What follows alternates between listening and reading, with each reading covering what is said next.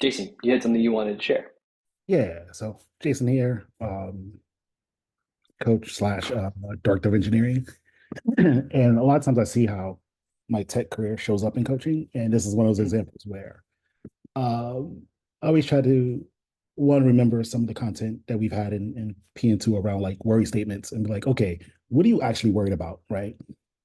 If there's a slippery slope and you've worked through how to spot things and be more aware of your actions as you go, what's a practice that helps you stop that? Um, and there's two other practices I've done. One in coaching that comes from directly from work. One is pre-mortems. So I actually Mhm. get people comfortable with the idea of what are all the ways this can fail, right? Mhm. Now that we know that, what are the three that's most likely, and what can you do to either know that you're on the way to that, or excuse me, avoid those outcomes? And it ends up inverting the challenge a lot of times in my experience to putting the power back in their hands of like, oh, I'm not powerless. Where if I do this one thing, oh my God, I eat the slice of pizza, I'm just going to be at McDonald's forever and ever again. It's more so I can eat the slice of pizza and then be aware of cravings or go eat a salad for dinner. Like I can actually detect and control those outcomes. Mhm. Uh, and then the other piece is always the power of experimentation. What does it look like to experiment with this and just see what happens as a result? Like, don't go off the rails. Do it for a day. See what happens. Build yourself the data driven way to actually see what can happen rather than being so afraid that you're going to end up miles away from where you are today. Excellent. I think those are fantastic strategies. Uh, you shared some of them are from PNL2. Can you share the names of the PN related strategies or the ones that you learned in L2 at least? Yeah, so for L2 is when we talked about worry statements and how to Mhm. and like break those down and kind of understand and get to the meaning behind them. And so I would go in and use the ORS tactic and start with open-ended questions to find out where that worry statement actually is coming from, and then help folks be aware of it. So that's in That is particular fantastic. I kind of hone in on a lot is the probably mostly all the time in all my jobs of like worry statements and trying to dive in and help someone actually surface their concern. Mhm. I'm curious to know, have you had a client who's come to you and through the practice that they've done with you, have they been able to self-identify worry statements and then kind of surface those to you and say, "Hey, coach, uh, this popped up for me the other day, and I noticed that I was doing the thing." Yeah, my first client who I'm still with now, as I was going through the course, um, we've been working with them around, hey, things get busy. How do you create options for yourself when you don't have time to cook and your kids need dinner and your wife also had a busy day, right? So he was worried about, hey, if we eat McDonald's once, we're just going to go through it the whole time. And so we've been working on the practice of how do you plan for that, change the behavior first, then change the options. And so last week when we checked in on that, he was like, yeah, we started talking, and then like my in-laws came in town, and they was like, oh, we're gonna take you out to some restaurant. And he's like, I started to notice I tensed up because I was like, oh, if we go to this restaurant, the kids are gonna get used to this. Then we're just going in this motion where we're just gonna always go eat chicken nuggets again. And he said when he noticed that, he kind of tapped his wife, and his wife was like, well, I'm gonna make a big salad to go with this dinner. And that kind Mhm. of was the reset of the worry. I was like, okay, well, we can just enjoy this dinner and go back to our routine tomorrow. So he was like, yeah, noticing that with the in-laws in that conversation kind of helped him be like, oh, okay, like this is working. Like I actually do have control here. Because like I said in the past, he was like, oh, McDonald's today, and then I got to travel for work, so I'll get Wendy's tomorrow. Then next thing I know, I'm like, oh damn, I failed again. So that was a cool kind of light bulb and full circle moment. Yeah, that is fantastic. And I mean, initially, kind of what your client was expressing there is pretty much the sentiment that I was getting from the comment that was shared on our social as well, where it's like, well, if you have pizza once and you're just gonna have pizza all the time. Uh, and I'm really glad that you were able to kind of shine a light with that client and say, hey, there's ways that you can change this up. This doesn't have to be your mode for all the time, always. And you can still utilize some of the skills that we've brought in already to try and help balance things a little bit more so that you can enjoy this meal, recognize that you still have agency here, and then you can make different choices tomorrow. Awesome. Thank you for sharing that. Cool. We've had a few other people pop on as well. Curious to know. So I didn't hit record for this one, so I'm just going to preface this conversation a little bit.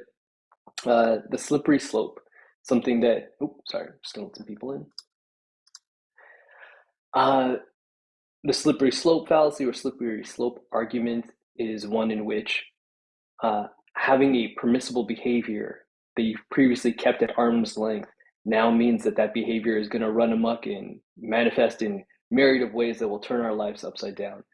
It is an argument tactic that is often trotted out. It is a pretty crappy and weak argument by and large, but in coaching, it does pop up every now and then with our clients as, and I think you used the term correctly here a few times, Jason, which was control and perceived lack of self control in certain situations. So I'm curious to know for coaches here, how have you noticed either a slippery slope thinking pop up in your own life or in the work that you've done with your clients? Martin, what do you got? Yeah, I think leading on from what Jason was saying, made me think of this all or nothing thinking. I either have to be completely perfect 100% of the time, or I'm 100% of a failure all of the time. And just kindly bringing the potential or the awareness of that potential mindset in client discussions can be helpful, you know. And I like to look at kind of ask your client about something that they're good at. An easy thing is like looking at their job or their career, and they might feel that they're pretty accomplished, pretty skilled at that. Was that always the case? Were there some times when it felt like you weren't making any progress, when you weren't learning, when you might have been taking some shortcuts? But on reflection, that didn't really stop you from getting where you are today, you know? So we don't have to be 100% perfect all of the time. Um, and I think another little analogy that I like to use, which can be sometimes be helpful when clients recognize that they are drifting off or they have in the past, is like if we're driving and we're going somewhere we've never been before and we realize we're heading in the wrong direction. We might have been heading in the wrong direction for the last 2 hours. Okay, now we've got a choice. Do we keep on heading in the wrong direction because we're telling ourselves, well, I've gone the wrong way for 2 hours, I've got to keep going? Or do we recognize with some kindness that I've been going in the wrong direction for the last couple of hours, stop the car, figure out where we want to go, and change direction? That is fantastic. I really like the idea there of drawing a parallel to another area where they have high competency, where they may not even be aware of it anymore, something they've been doing for a long time. So it's like if you play an instrument, if you participate in a sport, if you are a professional in a certain field, those are areas of competency where it's like, yeah, you may not have been super solid at those things when you first started. And obviously, this far down the track, you don't really remember those early days as vividly, but you can see how you started in those places, or you can certainly imagine what it was like being in that place again in those scenarios. You may be in a similar place now, but over time, as you develop skill, as you develop more competency and comfort, and understand the value that this thing offers to you, chances of you reverting back uh, to those old patterns diminish greatly. Thank you for sharing that, Martin. I really like your analogy also about driving the wrong direction. I have a similar one where I say, if my car got a flat tire, I probably wouldn't put sugar in the gas tank and then push it off a cliff. I'd probably just fix the flat tire. Thank you for that. Leah, you had your hand up as well. So I'm going to lower my hand. Something, there's a lot of people who I would say like newer clients, right? Who haven't learned these steps yet. And one of the things I don't allow in my practice is we're not saying we're going all in. Because just like Martin was saying, we have this all or nothing mentality. So when we're saying all in, it means just like we have to follow everything 100%, which is probably a lot of their background. And there's a lot of, dieting that was that. You have to fit, you have to do this strict regimen. You have to follow these certain things. and then there's no grace, and it's like if you don't follow them, now you've lost everything. So something that I'm like, there's no all in. There's, just like our what we say with precision nutrition, where we're not shooting for perfect. We want that consistency, but we're not shooting for perfect at all. And then something, because it is summertime. There are lots of clients who are taking their vacations, and a lot of them I'm trying to set them up for success before they go on the vacation. So it's like, hey, take a couple days off, see what you do, see what happens. And of course asking them if they're ready and willing to try that. Um, and then something else that I help with that slippery slope of when these types of things are happening is, okay, we went there, we did it, and we need to get back on track, but doing it gently. So it's like, give yourself some time to ease back into it. Because again, that comes with that all or nothing philosophy, which to me, it just doesn't work. Like you can't just be all or nothing. And that's what helps create the balance. So having them just ease back into things, giving them that grace, letting them know that, our bodies aren't looking at, you messed up this one day. It doesn't mean you're going to get back to where you started all of a sudden because you had that piece of pizza or whatever that looks like. So there's definitely a lot of those mental blocks and having to work through that part. But so far I haven't had clients who aren't opposed to trying these things, and then they feel more comfortable. Like I had a guy before I had him, he was with another coach for 5 years and has never been taught how to hand size portion. And so he was so anxious because he weighed everything. And he was so anxious to go anywhere. He didn't want to go to barbecues. He didn't want to go to any social gatherings. And just talking about it makes me emotional because I was crying as I'm reading what he's telling me, because it's again that all or nothing philosophy. So just being able to help support those people who are anxious, and it's like, hey, you can still be out there and you can still be mindful about your portions, but you can still have those things, and it's okay to have that balance. And he was just like, that's the most tangible advice I've ever had. Normally coaches in the past have just been like, oh, do your best, or if you mess up, you can come back. And it's like he wants to keep being mindful and then teaching that mindfulness. So I think it just really helps having that all in taken away and then just teaching that balance. Excellent. Thank you for sharing that, Leah. It's a very useful demonstration of expectation setting in terms of Yep. that coach-client relationship, where uh, I don't have that expectation for you, and I think it's maybe harmful for you to have that expectation of yourself. Whereas we can build our skill set and we can build expectations as we move through, but at this early onset, that is very much not the goal. Perfection Yep. is not the goal now, and it is likely not going to be the goal later. But Like ever. we'll cross that bridge when we get there. Yeah, Yeah. we'll drop that heavy insight on them after a few sessions already under the belt. But definitely useful expectation setting early on. Awesome, thank you. Uh, Anyone else have any expo or any experience with that kind of slippery slope mindset and helping to coach clients uh, away from that anxiety and that fear?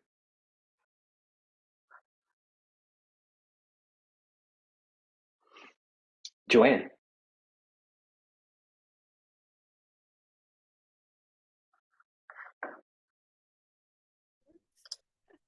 Okay, so I Good. wrote this in the chat about, I have a counseling credential, so one of the things that really helps is to remind people of their motivation, because that's what really moves people is their motivation. So to just review that with them, they internalize it more. They just hear it more. They're more present with it. And I just liked everything everybody else said too. Fantastic, thank you. Yeah, and I mean, it's part of the conversation that we started last week in terms of helping people to identify their values. And when people typically feel their best is when they're living in alignment with those values. So if someone will go back to the pizza example, uh, it's unlikely that someone is going to go back to eating pizza every single day because it likely isn't in their aligning with their values. And also, it probably would physically feel not that amazing after a while either. So, uh, one of the strategies that I like to share with folks is let's explore kind of that absurd. If we're going to paint kind of an absurd fear here, let's go all the way down the tunnel. What does that actually look like? So this is similar to what Jason was sharing as well. Uh, that person posts like, well, if we encourage people to eat pizza occasionally, what if they start to always eat pizza? I'm like, what is the chance of that happening? What would that look like if someone ate pizza for every single meal? Uh, the average person who doesn't have some sort of pathology would likely be pretty tired of that dietary plan real quick. Uh, that person would either be in a newspaper for man sets record for most pizzas eaten in a single month, or they would never want to touch a pizza again. Is this a real concern that you have for yourself? Let's explore like what is the most absurd version of this. And then once people hear that kind of out loud, they're like, yeah, I guess I kind of wouldn't do that. And the threat level starts to come down. And it's not as scary and imposing as it was before because the chances of it happening are low to begin with, but now it even sounds unappealing to do it. And then on the flip side of what Joanne shared as well, it's like, why would you abandon kind of things that you know have led you to feel better? The behaviors that you've picked up, the dietary or the nutritional kind of habits that you're building, you've noted how those make you feel, not only from a long-term perspective of getting towards your goals, but also in the moment, I feel better. I have better digestion. I feel lighter and more energetic. Like all the things that people often associate with making dietary improvements. Once you paint that kind of more total picture, people are less likely to harbor that anxiety around what they do at one meal or what they do on a few days of their vacation, which I think hopefully leads to a better outcome from a long-term nutrition perspective as well. Well, I'm just gonna, oh, sorry, go ahead. well, I think that with their motivation, it might be good to have a conversation of, what gets in the way of that motivation, like what happens, and relating it to the circumstance to see if there's anything that can be done differently around the motivation. The other thought that I have, I guess it might be a little different than the slippery slope, the tactic of taking it to an extreme and allowing it, but it's kind of like Pavlov's dogs with the salivating. When you keep reinforcing something, it becomes stronger and stronger. So, that's kind of a known behavior experiment. So there may be some people that relate to that, taking it to an extreme and it's making it okay, and then other people who don't. So you gotta kind of have to figure that people are different, and some may respond to that and some may not. Fair point. Just a thought. Thank you for sharing. Anyone else have anything to share on the idea of that slippery slope? I'm going to take one quick second to, oh, Maureen, go for it. One quick thought, and it's sort of just after the facts. I'm not sure that it applies, but it's when we check in and there's been like a move or a vacation or something, and the obvious result you got was, oh, I gained 3 pounds, and and you say that's fine. It's all just feedback. It's all good. We know what you did. We know what worked before. Let's just get back to what worked before. And that usually that kind of takes their anxiety down of, oh no, I failed. And now I got to check with my coach. And I'm going to feel bad because I failed on my vacation and all that. And you just go, nah, it's all good. I'm glad you had a good time. Let's just get back to what we're doing. And then they're like, okay. So kind of after the fact. That is fantastic. And I mean, I think you also echoed a sentiment that was shared by a couple folks here. One thing that I would add is uh, if we have a couple days where we are not living within our values and we clients have that feeling of, oh, I've screwed up again for the umpteenth time, it's often really valuable to shift perspective here from that hyperfixation on the last 3 days to, okay, but what did the week look like? Still not amazing? Cool. Tell me what the last 2 weeks look like. What did the last month look like?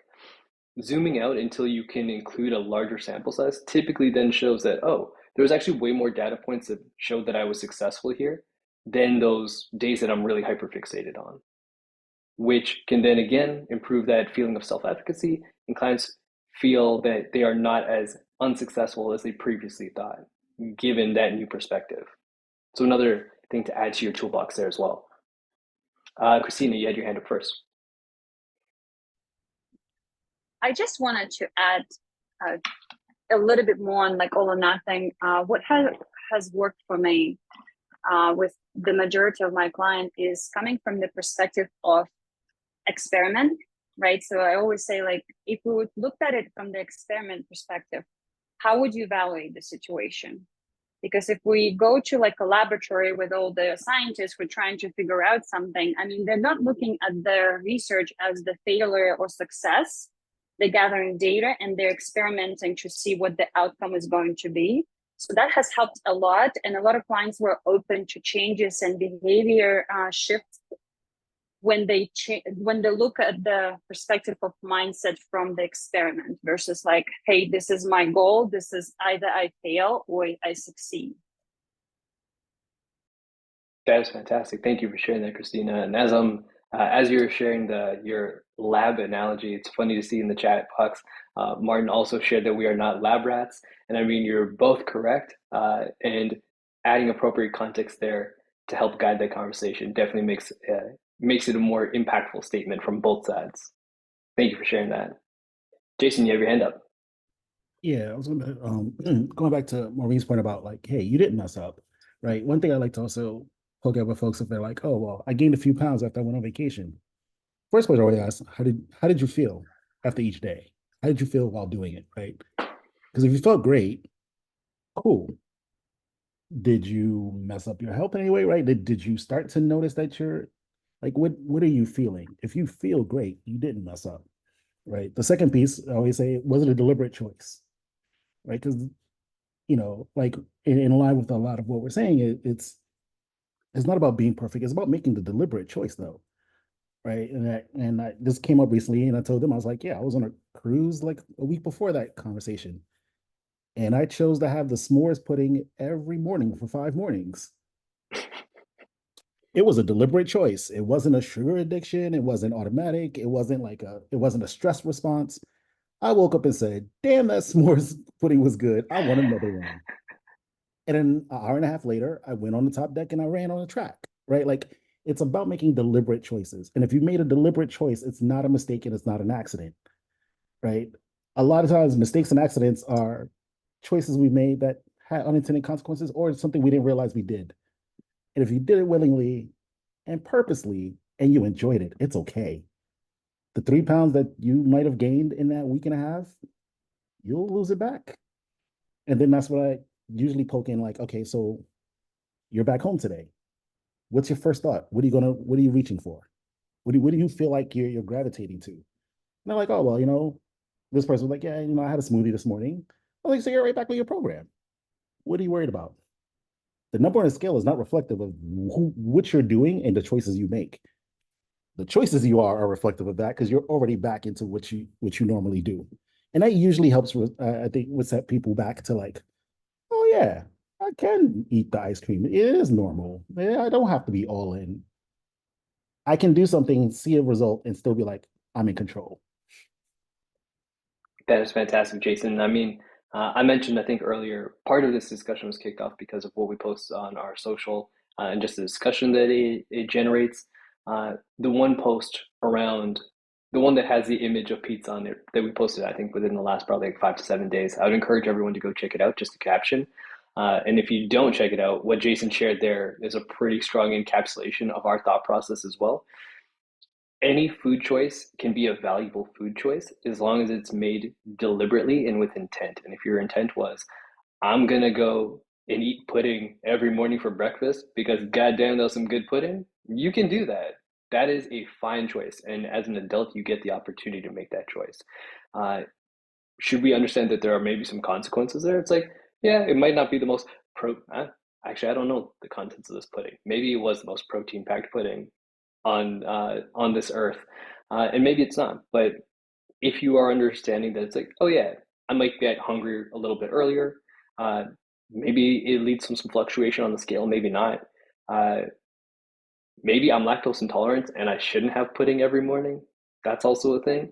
But I get to make those choices, and encouraging our clients to make those choices mindfully as well helps them heal their relationship with food and lets them know that they are in control, even when the environment is not ideal, even when they want to eat foods that are not as nutritionally dense. Uh, there is no time that they cannot make a good choice. Unless they're eating like rocks and tree bark, then it's going to be more challenging. But aside from that, they have options. Christina, you have your hand up.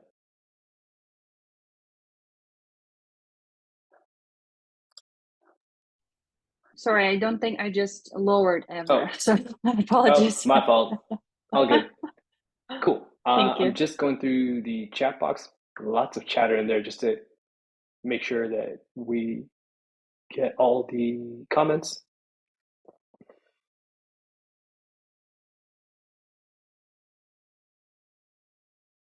Yeah, I'll circle in on Preston's comment here in terms of food is more than simply fuel. We are not robots or lab rats or automatons. Yeah, food is, I know this is controversial to say in a fitness related environment, but food is also pleasure. And it can simply just be that sometimes. It doesn't have to be hitting a certain macro or calorie target. It can just be, I'm eating this thing because it makes me happy. And I hope that is true for everyone here, that there are foods that you consume on a regular or semi-regular basis that are just there because they make you happy.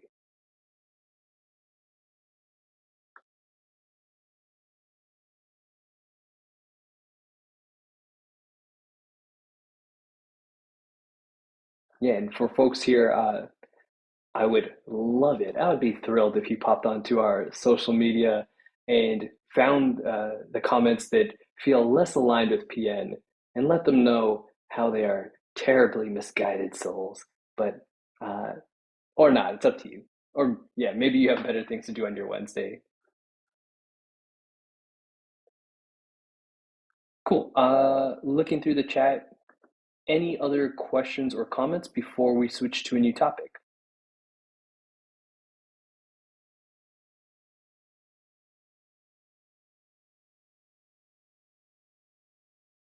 Martin, I like your question to help people focus here. Uh, when you are on death's door, assuming that I only live to 135 years old, uh, will I remember the things that I didn't eat or the experiences that I had while I was living? Uh, and that is definitely something that I try and factor in when I am exploring the world, and especially living in a multi-ethnic city like Toronto, where you have amazing food opportunities all around.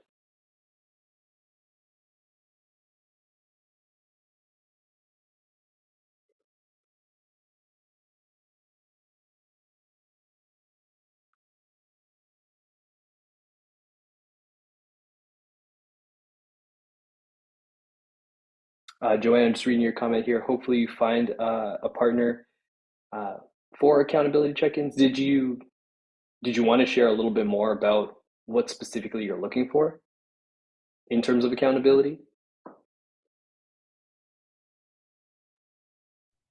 Yes. So I kind of am looking for just the support, weekly support and accountability to a person, just to have some kind of structure. It's mostly structure. And it it's not just related to food, but whatever I'd be dealing with. So the same with the other person.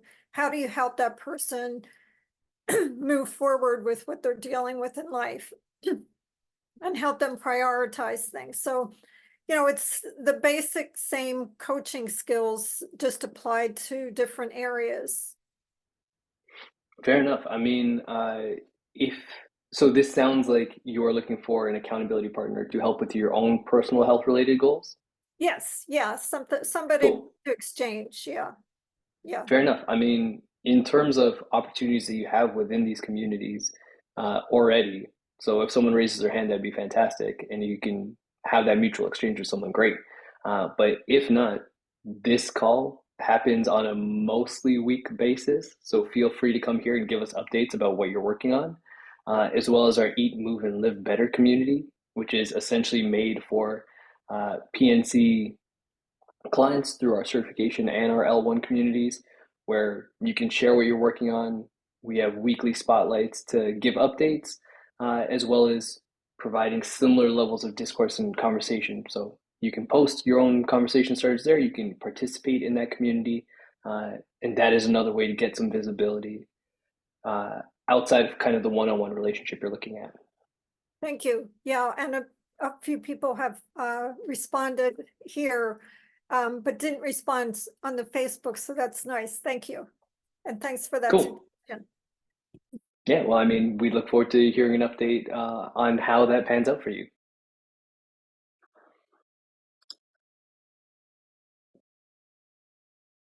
Cool. Any additional conversations that people want to kick off for today?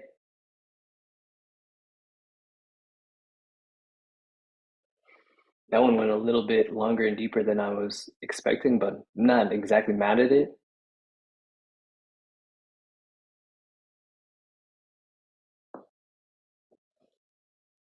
Hello, do you have a moment? I do. What's up, I, Marie? I just, hi, how are you? I just want to add that when it's come about being human, that means that even when we have values and we understand what is the healthy food, at time we may go off. And if we go off, it doesn't matter that went off, but it's matter that we're getting back. So if we are back to eat the healthy food or the thing that they are in our boundaries, it will be okay. So the sleep happened and it's human. So the good thing is to get back and make those wise choices. Fair point. Thank you for sharing that.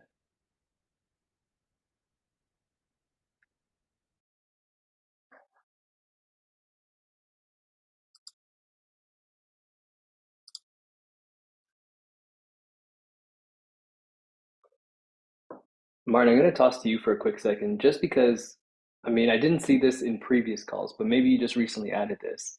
Uh, the name tag that you added here for Zoom is insomniacoach.com, I think. Uh, do you want to tell us a little bit more about the work that you do as an insomnia coach? And then I'm also curious to know if you've watched our recent webinars uh, for the SSR community, and if you have any ideas there from the discussions that I believe is TJ, Tim Jones, had with some other related sleep experts. Hi, yeah, sure. So a little bit more about what I do. So I work with clients that have insomnia, and the the real struggle with insomnia is it kind of can take over our lives through our actions. Our focus just becomes on trying to create a certain amount or a certain type of sleep, understandably, because we all want to get a certain amount or a certain type of sleep, and when that doesn't happen, um, it can lead us to quite rightly take action. But often we can fall into a trap in that all the actions we then implement can make things more difficult. So, for example, we might start going to bed earlier. We might start staying in bed later. We might start cancelling plans with friends, calling in sick to work, doing less of the stuff that matters, and doing stuff that isn't aligned with who we are or who we want to be. So, for example, sleeping pills or sleeping supplements. Some people don't care whether they're taking them or not, but for some people, it really upsets them that they're taking them and it's still not helping. So everything they're doing is kind of pulling them away from the life they want to live. So where I kind of slot in is, I'm not aiming to treat insomnia, but we're looking to help clients take action to get their lives back from insomnia so that they're acting in ways that are important to them independently of sleep and giving them the skills that help them do that. In terms of the SSR program, it's not something I've enrolled in. I might look at it doing it in the future. One hesitation I've had, or one thing that I've found, is with a lot of sleep courses, I'm not 100% sure on how the direction PN takes here, but a lot of the sleep courses tend to be about emphasizing the importance of sleep. Like for people that are burning the candle on both ends, they want to kind of optimize things. And typically that's not an approach that's very helpful for people with insomnia because they're already paying an overwhelming amount of attention towards sleep. So hopefully that answers your questions, and I'm happy to answer any more you might have. No, that's fantastic. And I mean, so this is in relation to Christy's question as well. I think if you email info@precisionnutrition.com, they should be able to provide you the link to the recent kind of like webinar series that TJ did with some related sleep professionals. To echo kind of your sentiments, Martin, in terms of the stance that we take with sleep and sleep coaching, as well as stress management and recovery, was more along the lines of how do you recognize kind of the value of these conversations within the framework of coaching for health, and then how do we help people to kind of set appropriate expectations as well. So this was a conversation I was having with one of our internal coaching groups yesterday, and the thing that I took away from it that was the most valuable was helping people to set appropriate expectations and starting to kind of disempower the idea that you have to get a certain amount of sleep or you have to get a certain quality of sleep every night all the time, or there is some sort of pathology at play here. And that is very much, I think, the sentiment that our sleep experts gave us in that conversation with TJ as well. So I think you'd be in quite strong alignment there. But I mean, if you're a professional who is already working there and you feel like you have your toolbox all set, then that might not be something that you want to prioritize at this time. But I can definitely understand also what you're saying in regards to creating kind of a sleep demon, where it's like, if you're not doing X, Y, and Z, your eyeballs are going to dry out and shrivel out of your head and you're going to die of all these terrible diseases. I remember reading certain books like that are very popular, but maybe cause more anxiety regarding sleep than actually helping people to achieve better rest. Yeah. So yeah, that is something that we were cognizant of when creating this resource, and tried our best to avoid falling into the same trap or parroting kind of some of those same headline grabbing kind of pieces of content, but not necessarily helpful piece of content. And the term you may be familiar with, orthosomnia, is something that we want to help avoid people falling into as well.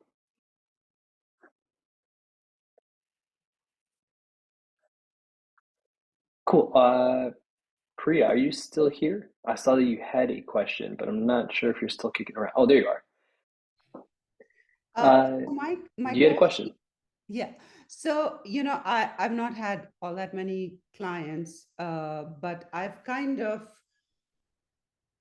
vacillated between working on the healthy plate, and that's how I was able to lose weight, was using the healthy plate. But I know of several coaches who are friends who focus on macros. And I know healthy plate is kind of like that. And I'm trying to come up with a method which works, because I know doing macros, doing MyFitnessPal, I know for myself, it can be challenging, although I've had clients do that. So for someone who's starting off, a client who's starting off, would you consider, like, if it's a 90-day program, first month focusing on just the healthy plate, starting off with like having more protein, and then, slowly building that first month in just changing those things, easy peasy, healthy plate. And then the following month, working more into going into the macros and things like that. So can I just ask one clarifying question here? It sounds like your program is like there's a certain time limit that you're trying to meet with Yeah, your clients. 90 days. Yeah. 90 days. Okay, hold on one second. Yeah, so personally, I don't use a specific time limit with clients. I work on a month-to-month basis. So as long as the thing we're working on right now for you makes sense to continue into a second month, we can roll into other behaviors after that. I don't need to strategize my business personally around what is kind of the long-term vision. We need to focus on more so what would help you in this moment, and then we'll build on that from there. So, but to kind of the larger point that you're bringing up here is that between calorie counting, macro counting, hand portions, using my plate, using kind of a more intuitive eating approach, the commonality between all these approaches is that we're building greater awareness around what our intake is.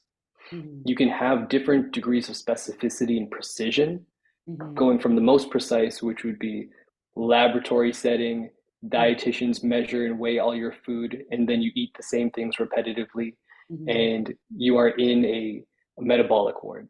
The highest level of precision we can access. Not going to get that as a coach, typically. What is slightly more reasonable for people at home typically is going to be eating a somewhat restricted diet where they weigh, eat, and like measure the same foods relatively similarly across a period of time. And then everything else kind of scales down from there.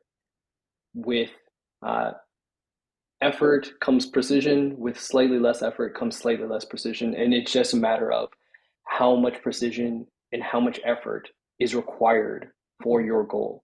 So the kind of my plate strategy is on the lower end of that precision effort continuum, but it can be a fine place for the person that you're working with, especially if they've already expressed the idea that I don't want to weigh and count and track everything that I'm doing.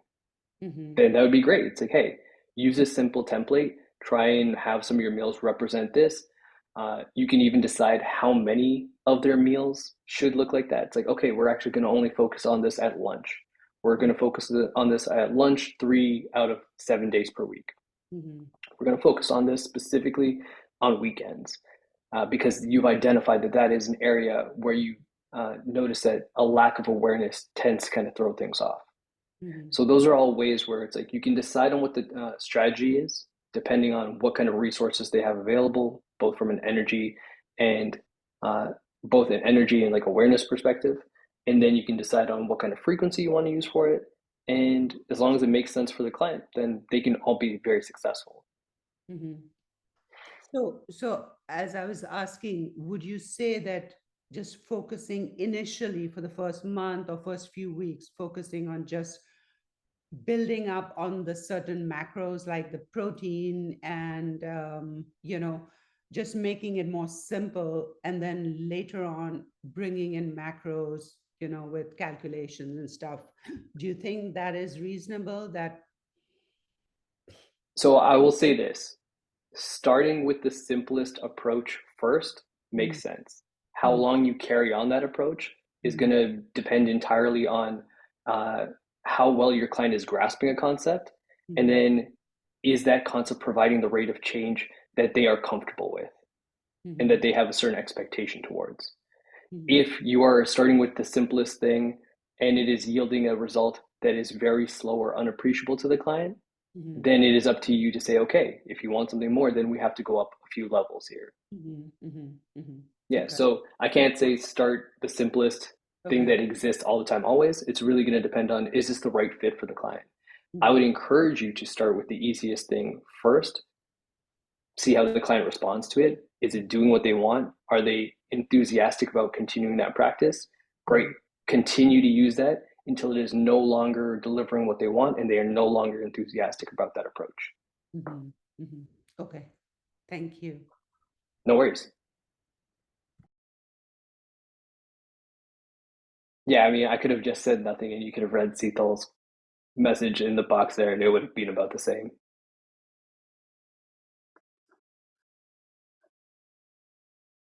Cool. We have a few more minutes here before we wrap up for today.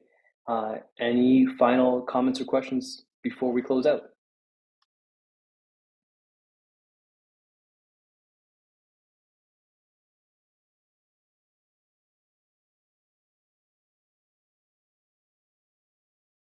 I'm not sure if you're talking to me, Priya, or if you're...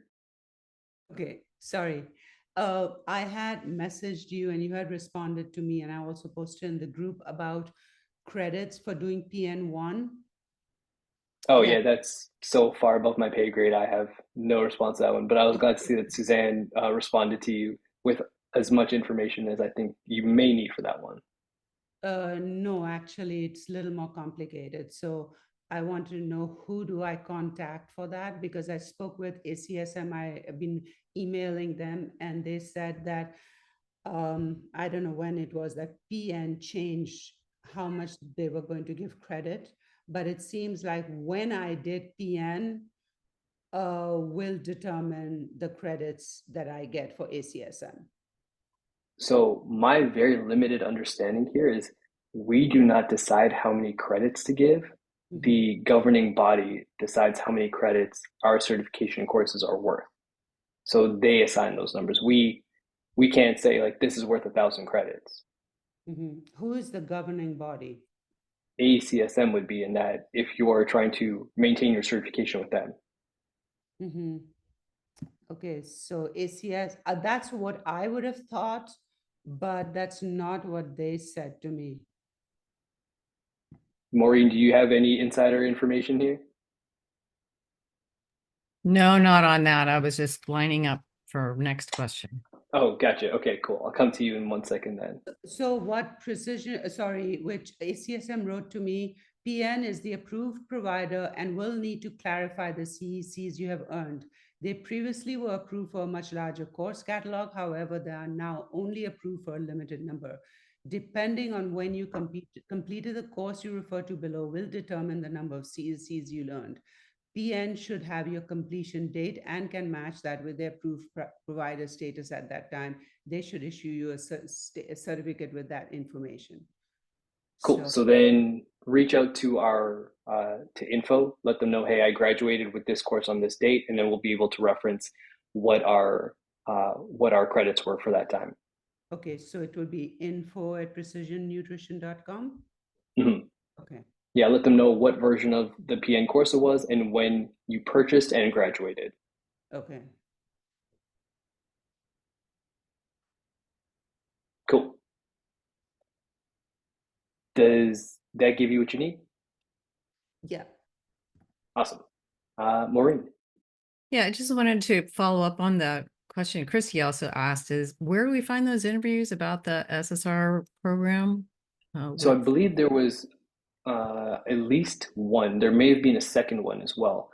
But if you email info@precisionnutrition.com, they should be able to provide them for you. Oh, okay. I just didn't write it down. Okay, thank you. No worries.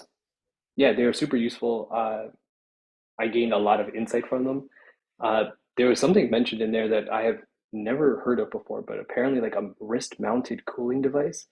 I need to look more into that. So very intelligent or very knowledgeable professionals that we had on for that one.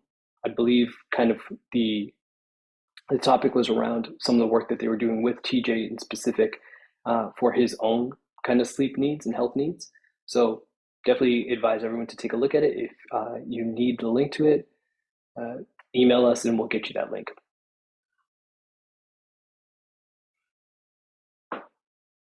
Cool.